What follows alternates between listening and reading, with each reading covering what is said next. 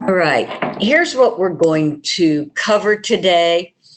And you're going to learn a little bit more about the Maryland PTAC and what is government procurement from the government's take, mandatory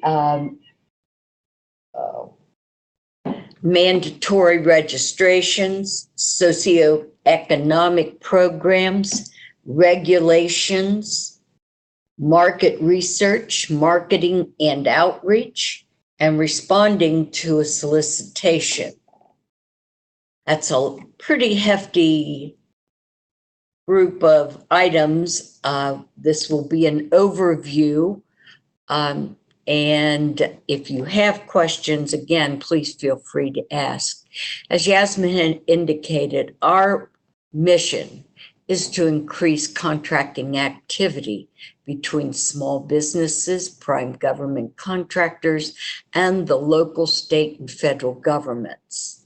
This is, we've been in a statewide program since 2002, and we have seasoned professionals from contracting officers to people who have worked in small business, 8A, etc., as well as in large businesses to teach our clients how to contract effectively. We do provide individualized counseling for marketing strategies. We help you with all of your government registrations and questions that you may have. Federal and state procurement, GSA schedule assistance. We help with bid and proposals. We don't write them, but we make sure that you are in compliance with what the contract requires. Pre and post award audits, business assessment, marketing strategies, and specialized workshops and training classes such as this. Other services that we provide, as I originally said, government marketing strategies. The first thing I do is check on a client's business and assess it. And this is a very important aspect for all business owners to know if you're really ready to do business with the federal government or state or local. Contract compliance assistance and SBIR, STTR proposal assistance. Our funding is through a cooperative agreement with the Department of Defense, Defense Logistics Agency, DLA in particular, Maryland Department of Labor, Licensing and Regulation, and the University of Maryland, who is our employer and manages the money and the contract. All right. I'm not going to read what you see up here, but this is basically a summary of what government procurement is about. First of all, a contract is a legally binding agreement which recognizes and governs the rights and duties of the parties to the agreement. A contract is legally enforceable because it meets the requirements and approval of the law. An agreement typically involves the exchange of goods, services, money, or promises of any of those. In the event of a breach of contract, the law awards the injured party access to legal remedies, such as damages and cancellations. Federal government contracting has the same legal elements as contracting between private parties. That is very important to know.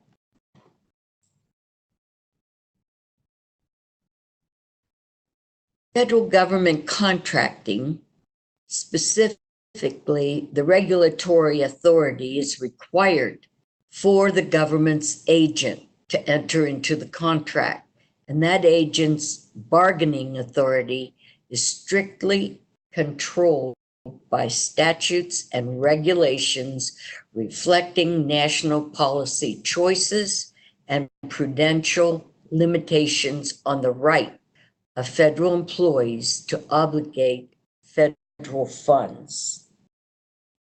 A contracting officer is a person who can bind the federal government of the United States to a contract that is greater than the micro purchase threshold, which we will talk about later.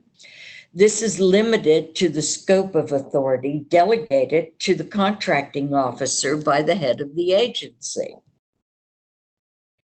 A contracting officer enters into, administers, terminates contracts, and makes related determinations and findings. They are appointed by Standard Form 1402, and you can Google that, Certificate of Appointment. Subsection 414 of Title 41, the United States Code, requires agency heads to establish and maintain a procurement career management program and a system for the selection, appointment, and termination of contracting officers. Agency heads or their designees may select and appoint contracting officers, as well as terminate their appointments. These selections and appointments must be consistent with the Office of Management and Budget Office of the Federal Procurement's policies, OMB, OFPP. Standards for skill-based training and performing acquisition, contracting, and procurement duties in the policy letter. This is the Office of Personnel Management, letter number 0501, Developing and Managing the Acquisition Workforce. Told you it would be dry. However, the contracting officer is not who you as a small business needs to be selling your services and products to. It is the program offices who have the requirements. The contracting officer is the only person that can actually say there is money budgeted for this and we will release the government's funds to help you. But it is important that you know who they are, and they have the final say as to whether the program office has run over its bounds or has done something that is not in the contract that they signed off on.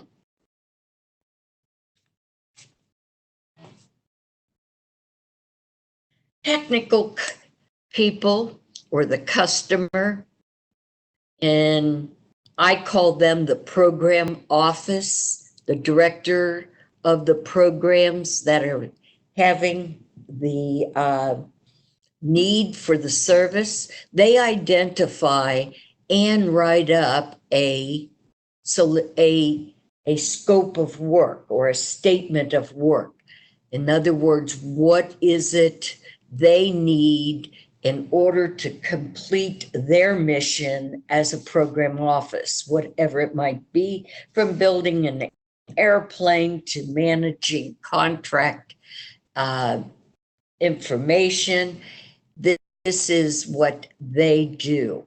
These are the people you need to be able to get in front of, if at all possible. We'll talk a little bit later about how to do that.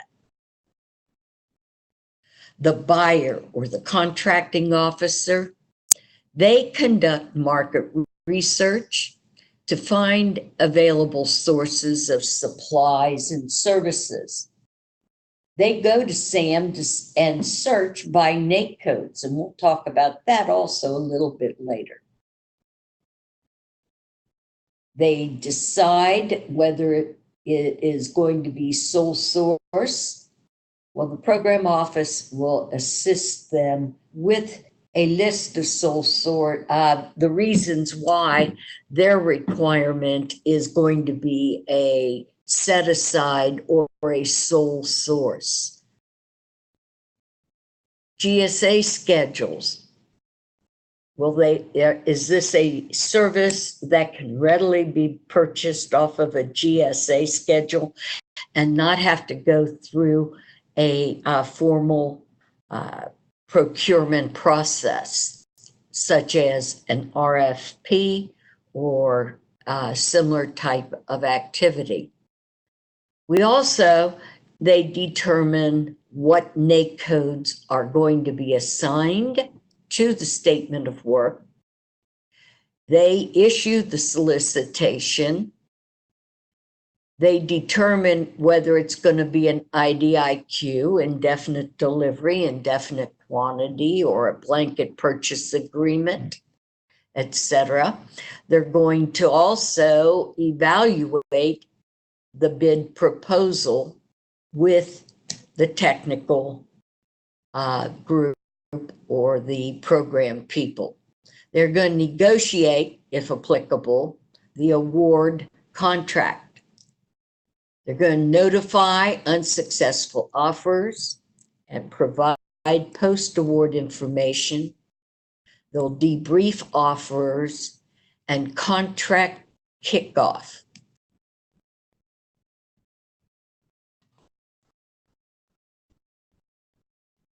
In order to do business, I would like to think everybody in the audience knows this, but if they don't, that they must be registered with SAM, System for Award Management.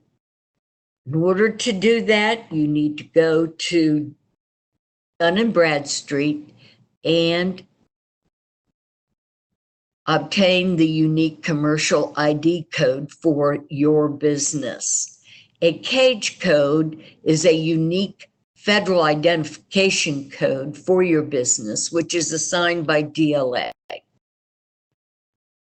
And the information contained in SAM will determine whether you are eligible to be in and enter into the gateway for your SBA business profile. North American Industrial Classifications. These codes define what industries and small business size ceilings. The NAICS codes, as I call them, I hear them called NACEs and aches and pains and all kinds of things. However, you need to look carefully at what your niche business is and all the various services that are associated with that niche business and pick NAICS codes that match them. So you should have a primary NAICS code plus maybe several others that can be utilized also to define what business you're in. PSC codes, they are also referred to, well, they're product service codes and are used by some government agencies to describe products, services, research, and developments purchased by the government. I highly recommend you use the PTAC to assist you with this, to help you determine what is absolutely essential for your business to be, how to be registered in SAM properly so other agencies and large businesses and small businesses can find you. This is your picture to the federal government and to the prime contractors, as well as small businesses that want to team with you.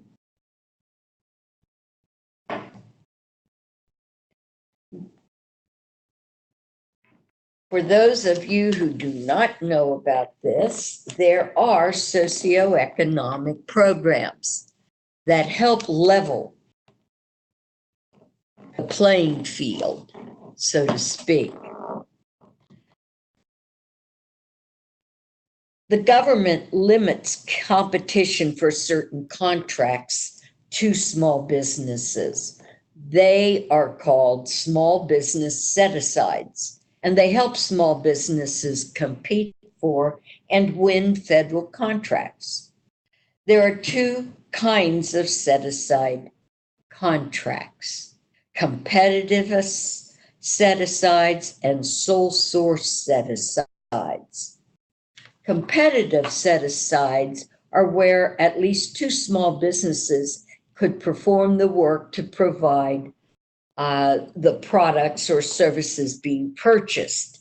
The government sets aside the contract exclusively for small businesses with few exceptions. This happens automatic for all government contracts under $150,000. Some set-asides are open to any small business, but some are open only to small businesses who participate in the SBA assistance programs. Sole source set-aside contracts are an exception to the rule. Sole source contracts are a kind of contract that can be issued without a competitive bidding process. So in other words, you've gotten to speak as a small business and you've talked with a program officer or a program director who has a need for a service or a product, and they find they need it immediately, and that you have distinct qualifications, whether it be for the product or for the service, that cannot be found elsewhere, they can request to have it made a set-aside sole source contract. In some cases, sole source contracts must be published publicly and will be marked with an intent to sole source. However, that will be found in your federal business, FBO.gov, FedBizOps, as everybody knows, or if you don't, it is the database where all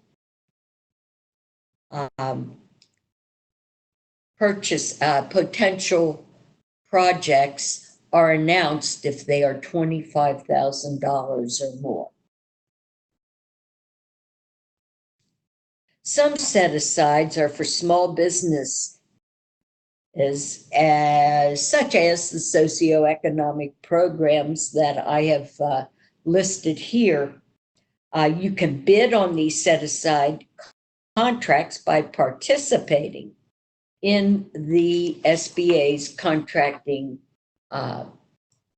projects. The federal government tries to award at least 5% of all federal contracting dollars to small disadvantaged businesses each year for the 8A Business Development Program. HubZone, historically underutilized business zone, the federal government tries to award at least 3% of all federal prime contracting dollars to this group of small businesses each year. Women-owned businesses, whether it be Ed Wasif for economically disadvantaged women-owned small businesses, or just a women-owned small business, the federal government tries to award at least 5% of all federal contracting dollars to women-owned small businesses. Service disabled, veteran-owned. The federal government tries to award at least 3% of annual federal contracting dollars.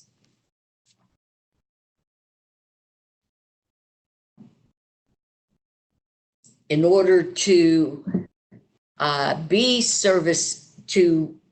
qualify for service disabled and veteran-owned small businesses, you must go through a verification process that is on the website of the Veterans Administration, and it's the Center for Verification that will actually assist you in getting into the VetBiz database, Vets First program. Lastly, I have a question. Sure. The question is, what is the 8A certification? What is it? Yes. Okay. The 8A certification process is, I guess I should read it to you. It's in the federal acquisition regs, which we have not gotten to yet, but we will discuss it. It is a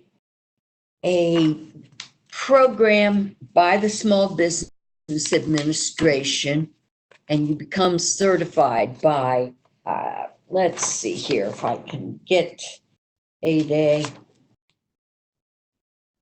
information for you. Bear with me.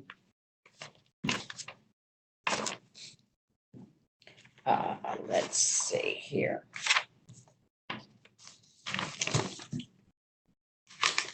It is a 9-year program, and what it is for socioeconomically disadvantaged businesses, Asian, African American, women owned, if you actually can prove discrimination as a woman in the specific field or industry that you are currently in. So the requirements are you need to be in business for 2 years or more to be eligible. However, you can obtain a waiver if you can prove that you are more than qualified to be in the business you're in. So the set-aside program, and once you're in it, there are set-asides for 8A companies. There are competition between 8As, and there is also a technical shootout type where there is no pricing, but it's a technical shootout type program. All contracts that are in the 8A program normally stay in the 8A program. So in other words, once you have outgrown your size standard for your particular industry, and we'll talk about that in a minute, you would go and no longer be eligible to rebid on that contract if you have outgrown that size standard and that NAIC code. Size standards and NAIC codes are joined at the hips, so to speak, and maintained by the SBA. They're the ones that set what is a small business versus a large business. The program is used it is used to help small disadvantaged businesses to market their wares in a closed environment, so to speak, so they can become knowledgeable and eligible to be part of the open competition amongst other companies. Once you're in 8A and graduate from 8A, you should be really able to step out and be on your own, so to speak. 8A does not guarantee you contracts. That is absolutely a fairy tale. You have to get out and sell your services. Do not sell your 8A certification. Sell your services, and you're contracting off the program people that you'll be talking to and telling about your services will ask you how to get to you. And at that point, you should say, well, we are 8A.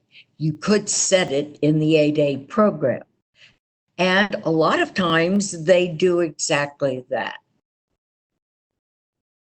Does that answer the question? There is a follow-up question to that. Is an 8A an umbrella designation for all types of socioeconomic programs? For example, what makes a small business 8A versus a small business? Small business is a self-certification through SAM, System Award Management. SBA's 8A certification program is a lengthy process where the federal government takes a look at every aspect of your business, from accounting to marketing to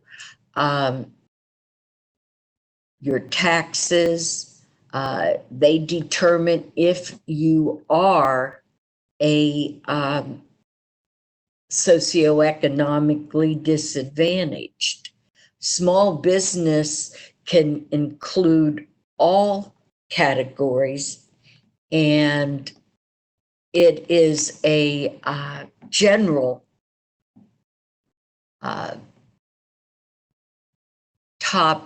general title placed on all businesses who have not reached the limit of the small business size standards for a NAIC code. I hope I didn't confuse you on that, and I hope that answers the question. If not, Yes, she says thanks. okay, very good. Yeah, each one of these programs are separate unto themselves. Okay, they each have different requirements, such as your women-owned small business. Yes, it is a self-certification process. You upload documents. You have to prove you're a woman, believe it or not, and give them a birth certificate. EDWASA, same thing. However, you have to be a woman-owned business whose industry is specifically in a NAIC code that the SBA says an EDWASA must qualify for. There's a list of those of the EDWASA NAIC codes to qualify on the SBA.gov website. There is a third-party certification group that have been approved by SBA, however, are not a requirement for women-owned businesses to become certified. And it costs anywhere from $500 to $700, and you're going to have to do the work anyway by providing the documents required. So if you can read, you should be able to upload the appropriate documents yourself and self-certify. Questions? None at this time. There's one area, Alaska Native Corporations, which is ANC. An Alaska Native Corporation, or ANC, I guess you would say, means any regional corporation, village corporation, urban corporation, or group corporation organized under the laws of the state of Alaska in accordance with the Alaska Native Claims Settlement Act as amended in the U.S. Code 1601, Chapter 43. Okay? So, an Indian tribe means any Indian tribe, band, nation, or other organized group or community of Indians, including any ANC, which is recognized as eligible for the special programs and services provided by the United States to Indians because of their status as Indians, or is recognized by the state in which they reside. It's very, what's interesting about the ANC and the Indian tribes is that they can grow as big as they want to and still have set-asides and participate in the small business side of the government because they are exceptionally they are discriminated against more so than any of the other and have less capabilities. So that is how the law looks at it. Is it fair? I do not know. I would not venture to go out on a limb and explain that. I know there are some businesses who feel it's very unfair. However, if you quit worrying about what's fair and what's not, concentrate on your business, service, or product. Make it the best you can. And believe you me, these set-aside programs will come in handy on sole source procurements, etc. But on the upside, you'll be recognized for the work you do, not the program you belong to. Now we're going to get into some interesting things. There is a rule book that the government must follow, as well as the businesses who dare to go and sell to the federal government. There are two rule books. One is the DFARS, which is the Defense Federal Acquisition Regulations, and the good old-fashioned FAR, Federal Acquisition Regs, which is the Bible. I believe NASA has a supplement to the FAR, just like the defense, the DFARS. And this is probably one of the most important lessons that can be taught to you is you need to become familiar with, at a minimum, these what is it? 1, 2, 3, 4, 5, 6, 7, 8 parts of the federal acquisitions. I'm not saying memorize, I'm saying be familiar with what the requirements are. And I'll try to summarize a little bit on each of these. The federal acquisition regs, part 5, this is automated. I highly recommend you go to the website below once it is sent to you and just click on it. It's an active link, and it will take you to the federal acquisitions in the federal government, which is the handled and kept by the General Services Administration, better known as GSA. The far site, Hill Air Force Base.mil, is a very comprehensive information base for the DFARS, Defense Federal Acquisition Regs. Part 5, the publicizing of contract actions. Contract action, as used in this part, means an action resulting in a contract. It includes actions for additional supplies or services outside the existing contract scope, but not including actions that are within the scope and under the terms of the existing contract, such as contract mods issued pursuant to the change clause or funding and other administrative changes.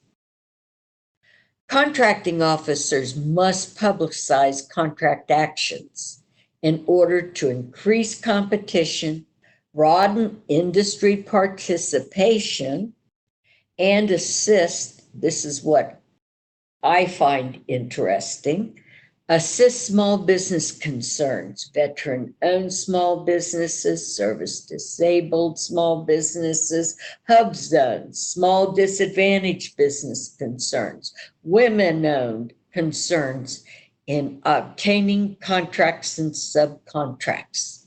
What makes it interesting is earlier, or in the previous slide, I briefly said what percent of the federal contracts must go to 8As, to SDBs, to women-owned 5%, to hub zones 3%. This is important information from a marketing standpoint, being the, how do I put it, the federal FPDS, it's written on another slide in this, Federal Procurement Data System.gov. On that website, on the web page itself, you will find the goals that were not met in these categories on that website. For 2018, you can see which agencies met the hub zone goals or didn't. Now, if I'm a hub zone company, I think I'm going to hit upon, or I'm going to try to sell to those agencies that didn't meet their goals. Okay? It's just a thought and a useful means for discussion within your organization as to how to sell to them. Why go to someone if you're woman-owned small business and they've already sold last year have met 8% of their goal? They're doing something very right. Go to one that has only done 1% and do your market research. from there. Oops, sorry about that. I want to go back.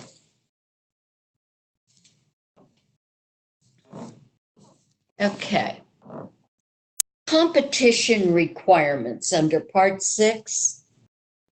This part will it describes policies and procedures to promote full and open competition in the acquisition process and to provide for full and open competition.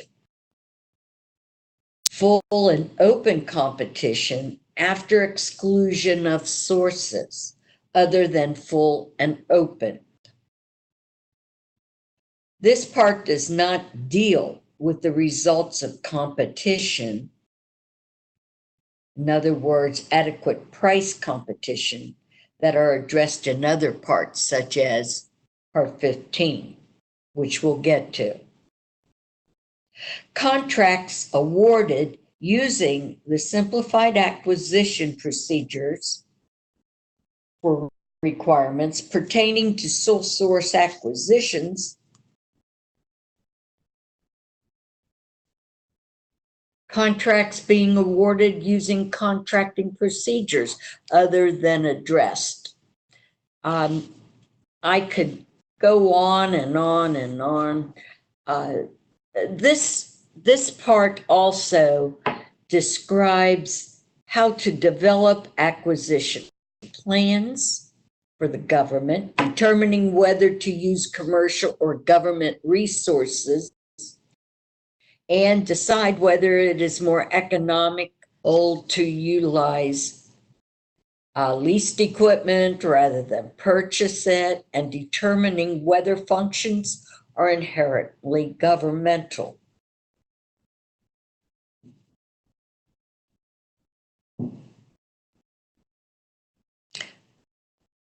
Part 8. Regardless of the source of supplies and/or services that are to be required, information technology acquisitions shall comply with capital planning and investment control requirements as in U.S. Code 11312 and OMB. There goes the Office of OMB Circular A-130. This is all written down in the federal acquisitions here under acquisitions.gov, browse FAR, okay?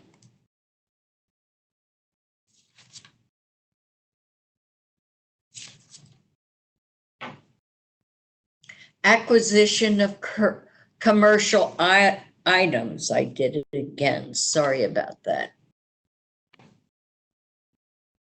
Agencies shall conduct market research to determine whether commercial items or non-developmental items are available that could meet the agency's requirements.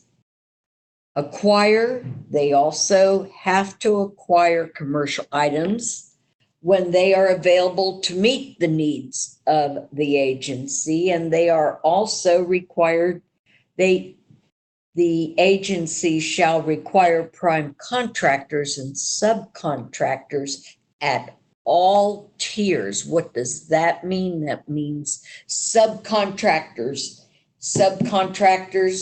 to subcontractors and so on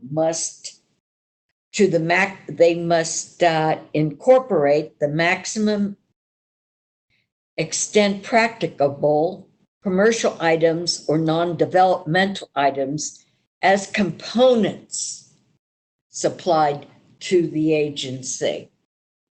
So essentially, the government is looking for off-the-shelf type items. Also,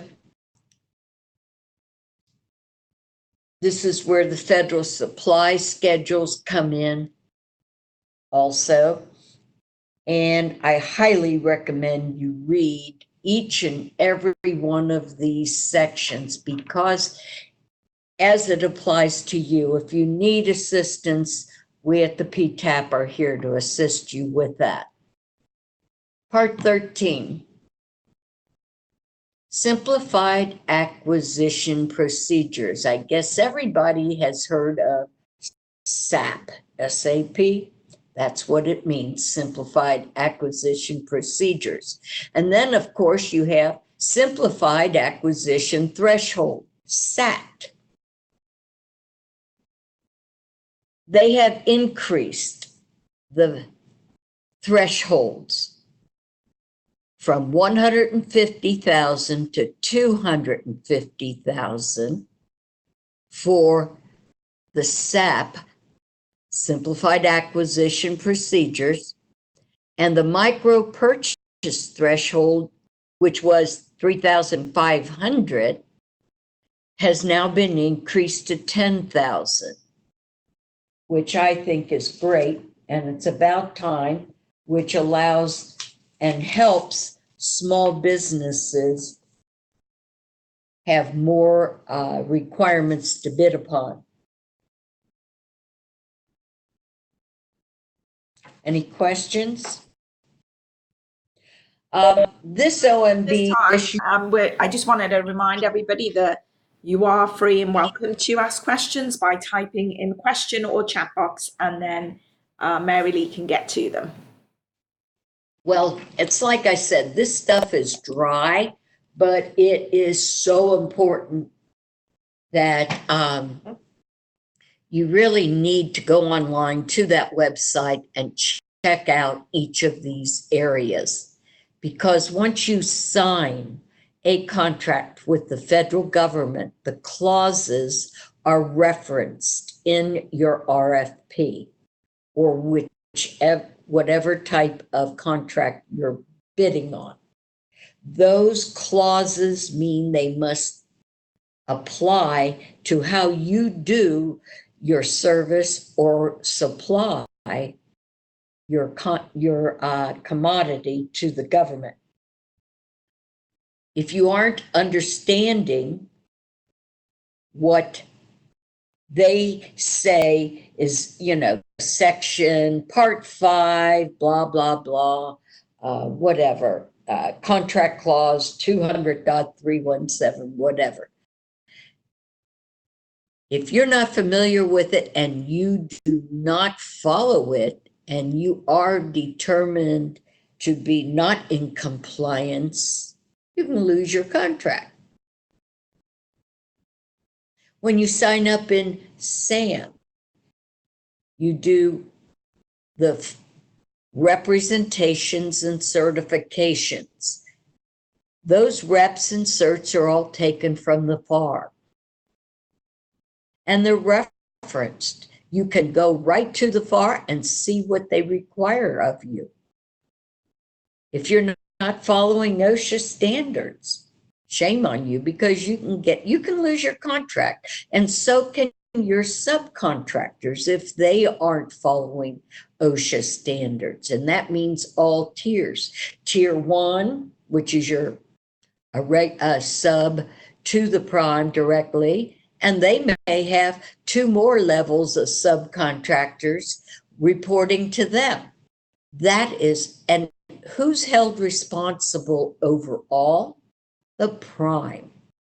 So this becomes very, very important.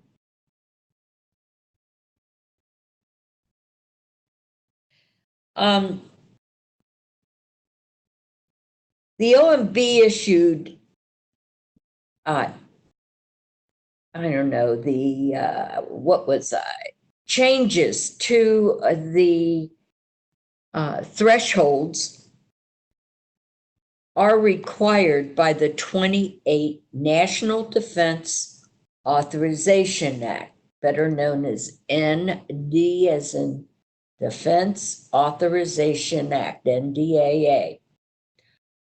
By the wording of the OMB memorandum issuing the exception to these changes, it appears to be immediately effective. Grantees and cooperative agreement holders should note they are required to accomplish procurement activities in accordance with their own internal procurement policies.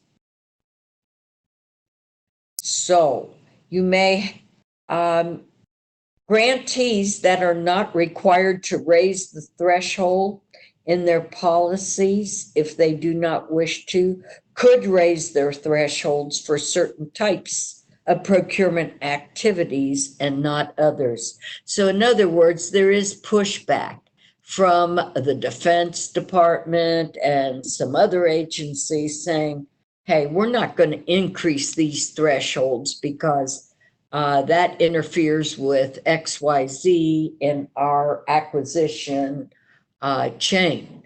So keep your eyes open as to how that turns out.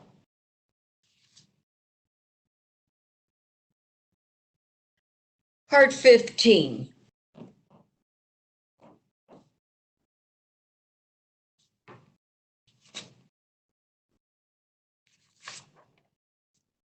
Contracting by negotiation.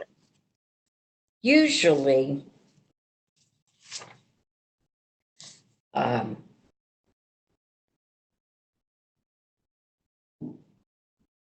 negotiations, I'm trying to simplify what I was going to say. The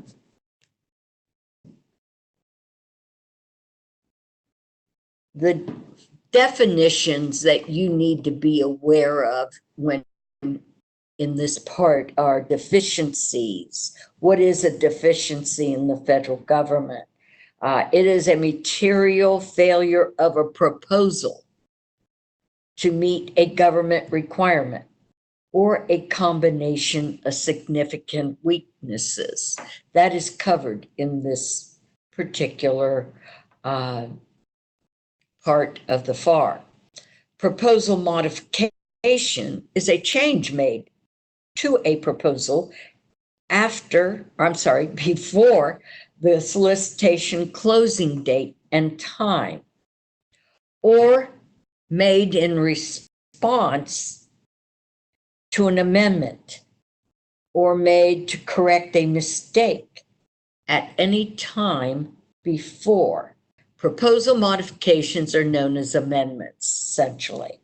And when you receive an amendment to an RFP, you must sign it, and it must be included in your final package that you submit to the federal government, or else you will not be recognized as having completed all the requirements of the RFP.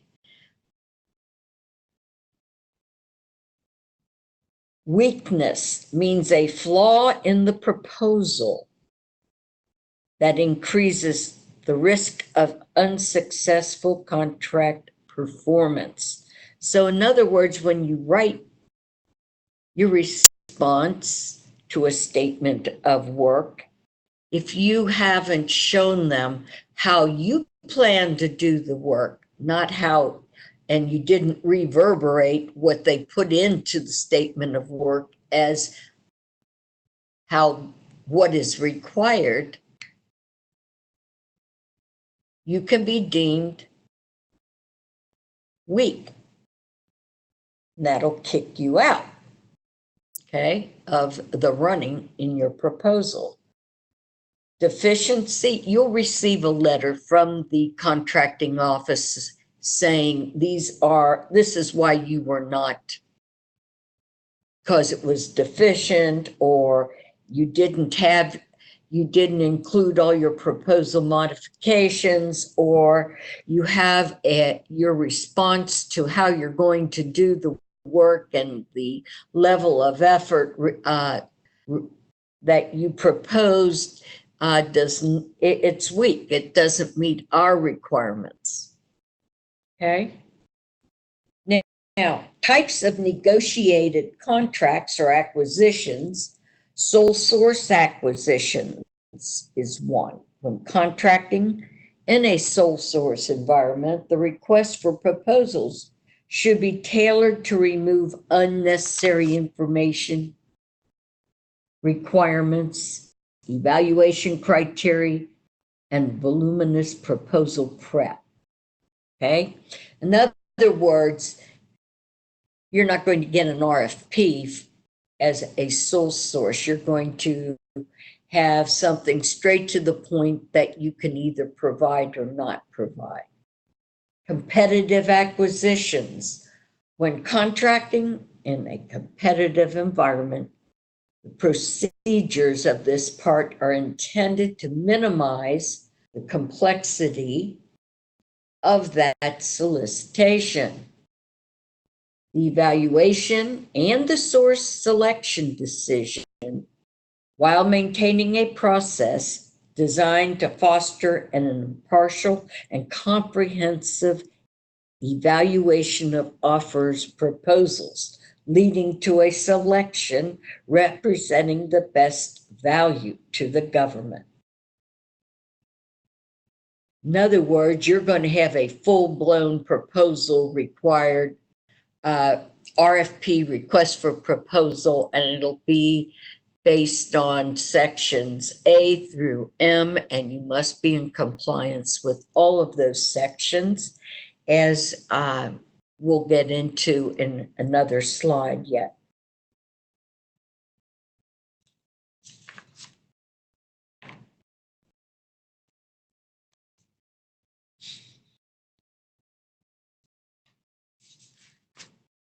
Types of contracts.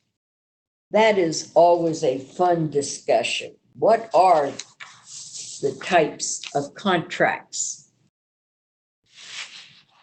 Well, you have firm fixed price. You have CPFF, cost plus fixed fee. You can have, let's see, IDIQ type contract, indefinite delivery, indefinite quantity. You can have a time and material contract. Part 16 gets into this very in detail.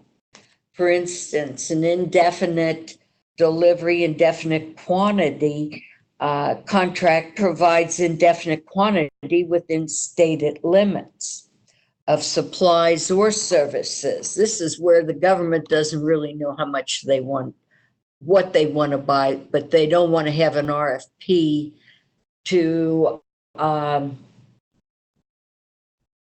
set out for all the different types of services and products that they want to purchase. So they put together what is called an IDIQ, or GSA is a GSA schedule. I would qualify in my mind as an IDIQ contract because you have multiple negotiated contracts with the government, and they give task orders out of a portal that is only known to those people who were awarded the IDIQ contract with their pricing, and they bid upon task orders.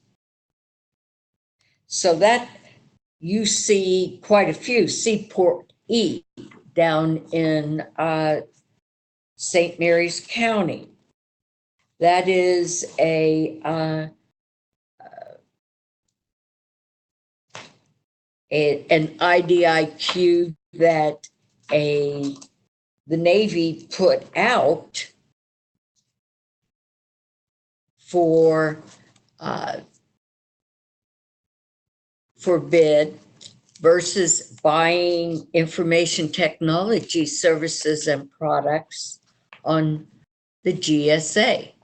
The reason some people don't like the GSA schedule and to purchase is because they pay, they being the agency buying from you who has the schedule, 0.075% of every dollar that you receive must be sent to GSA by guess who? You, the contractor. So it makes things a little bit easier when you have off of the GSA, if you have your own type of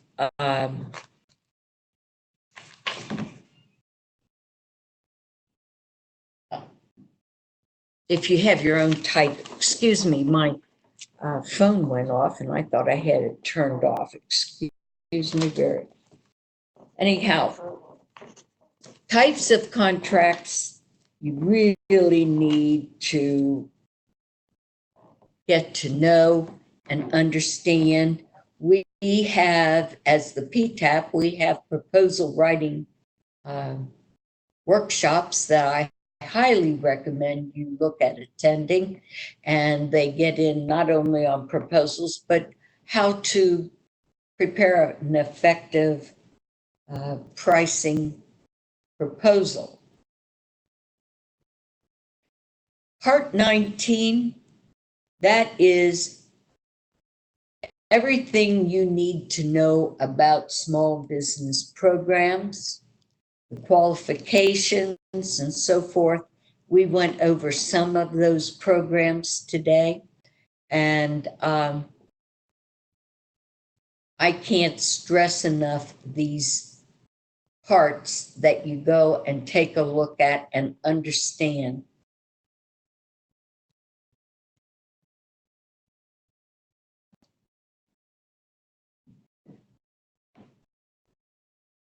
When you're selling to the government, you need to review the agency's acquisition forecasts. I would normally pull it up here, but for some reason I cannot pull this up. It is a link that will take you directly to all the agencies' forecasts for the year.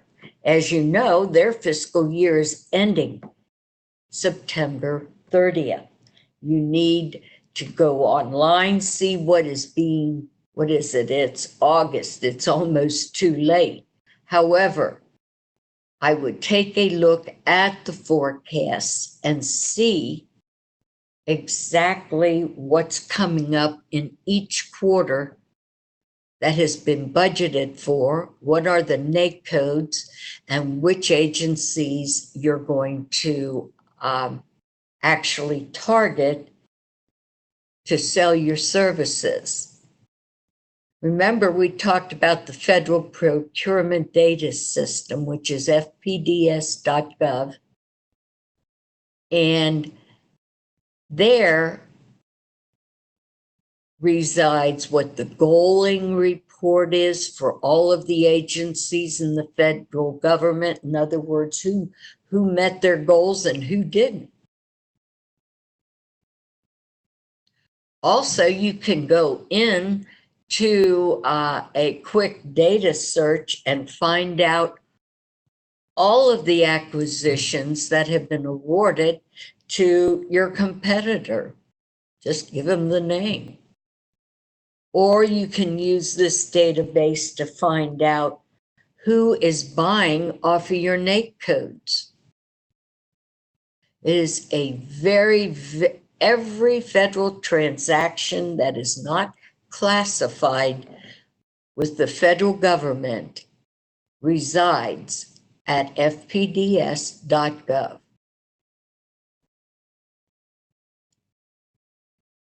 If you want to find out who to call at each agency, you should go to the government small business offices, OSDB, Office of Small Disadvantaged Business Utilization, and this website will give you names and numbers and give you an idea as to who to call within the agencies you targeted. Also, use fbo.gov, that's to locate who has been awarded which contracts. Also, when you go into FBO, one of the most important things you can do as a small business is search for sources sought. That's SOURCES, SOUGHT. Those procurements or statements, sources sought, 9 out of 10 times are set-asides, or the agency wants to make the procurement a set-aside, and they want a response back as to whether you have that capability to do the work that is being advertised as a sources sought. So if there are 2 or more small businesses that can perform the work, then you might very well obtain a solicitation and make a sole source out of it, or win a competition between 2 to 5 of your small businesses that responded. I won a $5 million contract back in the day on a sources sought to do a conversion on a legacy system to and integrate it to other systems, document-based systems, in fact. And the sources sought was looking for conversion specialists, which my company at the time that I represented could do. In fact, we were very specialized in the area. And I was able to get, by hand delivering, which is what I chose to do, the response to that sources sought. About 2 months later, I had a call from the agency asking how could I do a technical shootout through the 8A program. And yes, we were 8A, and we did, and we won. Sources sought is a bag of opportunities that I don't feel you can miss out on by checking on a daily basis.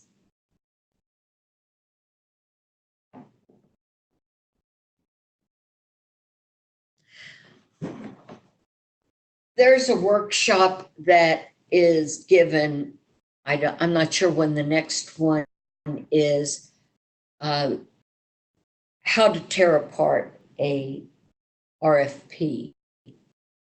I highly recommend that you attend it to get the basics. It's very difficult here to give you one slide and try to express what's going on. There are 3 main sections that I look at if I'm going to, when I was in working for the 8A companies that I work for, 3 sections. Section C was the statement of work, or the work breakdown statement, whatever they want to call it, but it's what work is to be performed. Section M, which is how we're going to be evaluated, usually listing out the criteria of the qualities of your personnel, or your, what type of experience, past experience the company has, or how creative you are in proposing the work that you do, and how it will resolve the issues that they're currently experiencing. through your response in section C. Section L is what you need to produce and how to produce the response to the proposal. And this is where they say you use 12-point pica with 1-inch margins all around your for each and every page. Your proposal should not exceed 10 pages, which usually makes it very difficult, but you don't go over the 10 pages. And they'll tell you if you're using 10 pica or 10 times what is it? 10 point instead of 12 point, they'll not even review the proposal. So this is like writing the term paper for your master's degree or your PhD. That's exactly what this is like. You follow all the rules. One of the rules that you need to really take a look at is the section that contains all of the clauses that apply to your proposal. And make sure that those clauses correspond to the clauses you've checked off in your SAM record under the FAR and the DFAR. Because that is essentially what you'll be downloading in response to representations and certifications, which is really section K of your proposal.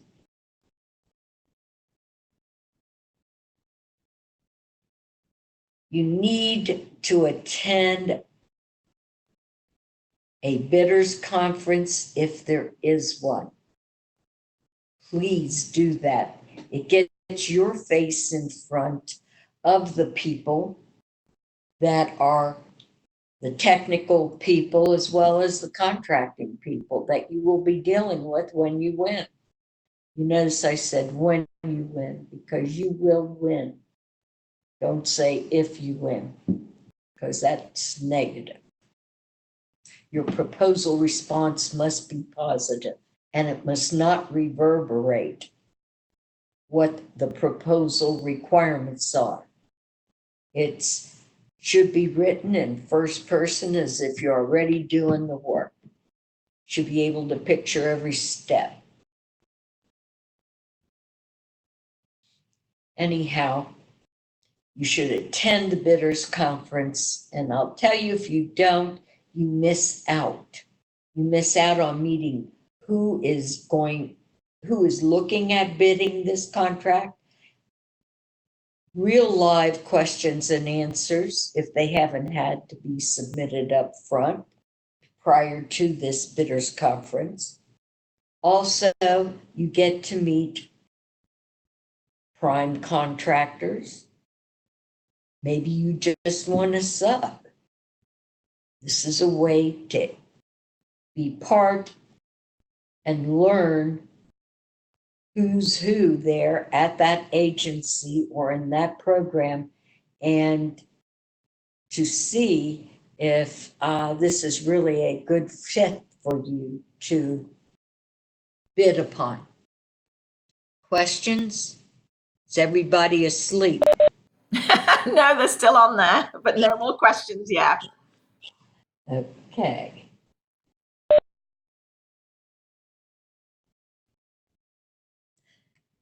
And here we are at the questions. Our contact information is here on this slide, and you will receive a copy of these slides from Yasmin. I do want to say, if you're interested, I do have a contracting readiness checklist, that I have my clients work on. And it takes all the main points of doing business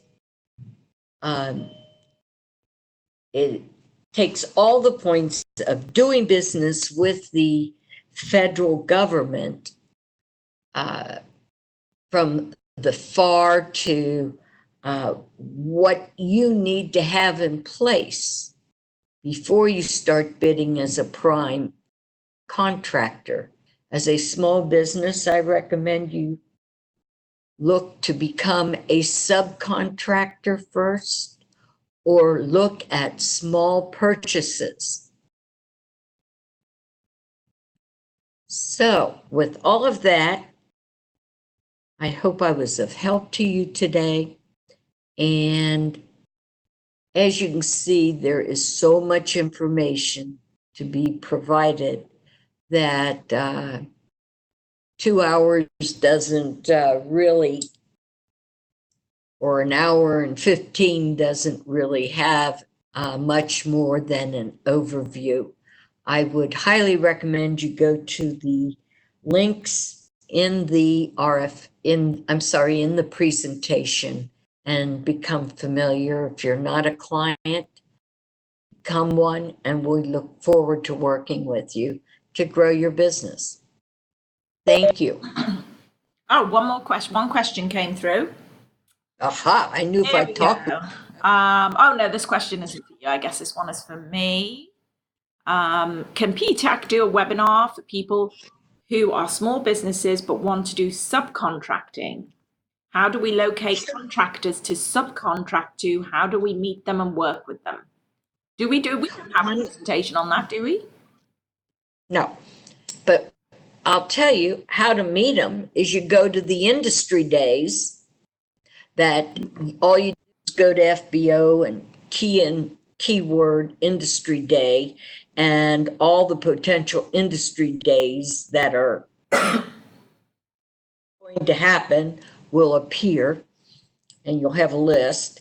Also, go to bidders conferences. I used to shop bidders conferences to find primes to become a subcontractor.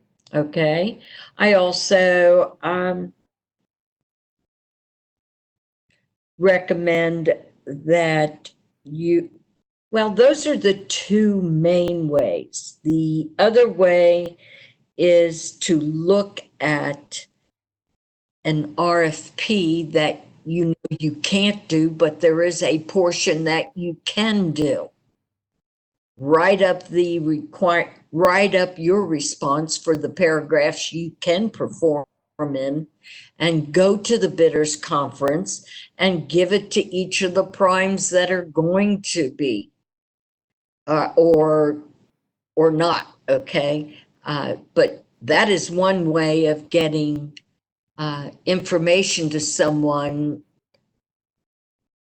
to become a subcontractor. We also do have matchmaking events, don't we, Yasmin? Yep, we have lots of matchmaking events throughout the year. And in fact, we just had a couple of really big successful ones to do with HubZone earlier this year. So we organize some, but majority of matchmaking events, like I said, you can literally just go to Google and type it in, government contracting matchmaking events, and they come up. And I would also advise from a marketing perspective to go to the different agency websites, incubator websites, small business development websites, and sign up for their newsletters. I know that it can be a lot of information to get all their emails, but you could filter your emails just to go into a folder for newsletters and then just look at them once a week or whatever, so they're not crowding out your inbox. But that's where you're going to find out where events are coming up, because they're going to promote them directly from the source. And just do your due diligence, research which ones are the busiest, the most successful, or if you narrow it down to 3 agencies or 3 areas that you want to focus on, just stick to those types of events. But definitely from the types of events that I've attended over the last year, by far the matchmaking ones seem to have the most value for small business owners because you get to sit in front of a person who can help you, who may not necessarily have time to respond to your inquiry via email or phone call, but you can sit down with them for 15 to 20 minutes and do your elevator pitch or just find out what they're looking for. So that was a great suggestion, Mary Lee. That sounds good. All right. Can you go to the last slide, Mary Lee? Because I would like to encourage everybody to follow us on social media. We are on Facebook, we are on Twitter, and we are on LinkedIn. And we post regularly every 2 to 3 times a week. We promote classes that we have here at the PTAC.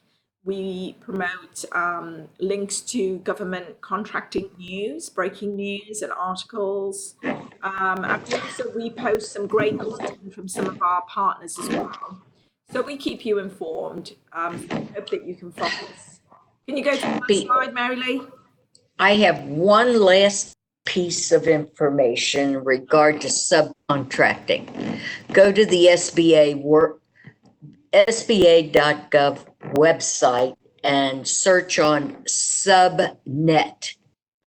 And there is you can also join saying your company is looking at doing XYZ, and prime contractors say they sign up there, and there may be opportunities for you in the states, Maryland, anywhere in the country that you wish to bid upon. I highly recommend you take a look at that. And I think that is about it. Yeah, that is. If you could go to that last slide, just so people can see what our handle is on social media. Oh.